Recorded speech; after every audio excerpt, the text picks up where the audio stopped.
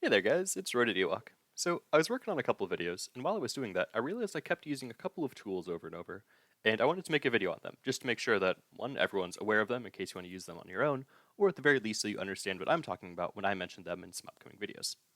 So the first thing I wanted to go over was the Smogon Overused Pokedex. So Smogon is a website that has all sorts of information on competitive Pokemon throughout all the gens. So let's go ahead and scroll on down to the Pokedex section. So here you can see every Pokemon that was currently in the OU tier for Gen 5. You can go ahead and pick an example, like let's say Gengar. If I wanted to build a Gengar, let's say I could go and find some sets that were commonly used on Gengar at the time and what found the most success. A bulky Will-O-Wisp set is one, with this selection of moves being offered. It'll tell you what the recommended ability, nature, items are, and a recommended EV spread. There's also a detailed description underneath telling you what the Pokemon is good against, what some of its counters are, and then it will list other sets that are considered viable, like a substitute attacker. If you look slightly beneath that, you'll see some other options that aren't quite as commonly used, but are still potentially viable, such as a Mean Look Parasong and Hypnosis set, or a Taunt Gengar in order to prevent Chansey from healing. Lots of different combinations there. So if we go back out to the complete OU Pokedex, there's one more thing that I want to mention, is that these sets are made for Smogon's OU, which includes some very different Pokemon than we have now. For one, hidden abilities are in the game, which makes some Pokemon especially more or less viable than they currently are. For instance, Magic Bounce Espeon is incredible, but in our current game, we have just normal synchronized Espeon, which barely cracks RU the last time I checked.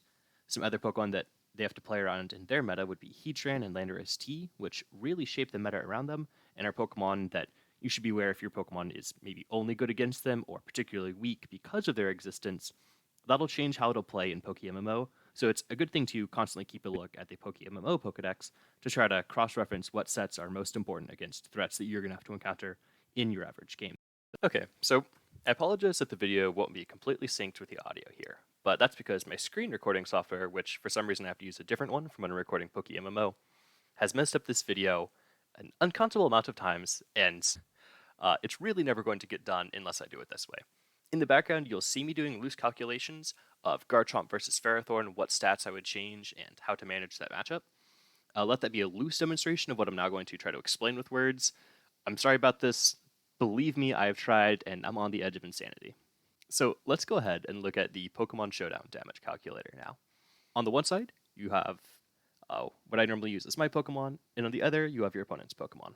Up top, you can see the moves, and this will show the expected damage output of each of those moves against the opponent's Pokemon. So when it says Garchomp's Outrage does 19.3% to 23%, now that's the expected damage that Garchomp's Outrage will do against a Ferrothorn with its given EV spread. You can go ahead and change up the items and natures down right beneath the stats there, and you can also change the EVs to match whatever your Pokemon have, or what you expect your opponent might have based on how much damage you've done previously in the match. You can go ahead and set weather conditions, you can set Stealth Rocks to see if maybe after Stealth Rock you have a guaranteed 2-hit KO. It'll always show you the percentages right up here, so you can make calculations based off Earthquake being maybe a 3-hit KO with a 45% chance for that to happen. So if you can already get one Earthquake off, then you switch out, the Ferrothorn stays injured. You'll know that if you can keep Stealth Rocks up, Garchomp's Earthquake will be a 2-hit KO against Ferrothorn, which is great to know for the future. Just sort of calculations like that. I use this all the time to figure out if I'm going to kill, if my opponent will kill me, and what the best move is going to be and my chances of killing with it. Alright, so if it looks like either of these would be useful for you, go ahead and check the links in the description. Let's just take you right to it. I recommend favoriting at least the Pokemon calculator so you can get to it in a pinch if you just find yourself in need in the middle of a battle. Okay, that's going to be all for this. I'll see you guys in the next video. It should be coming soon.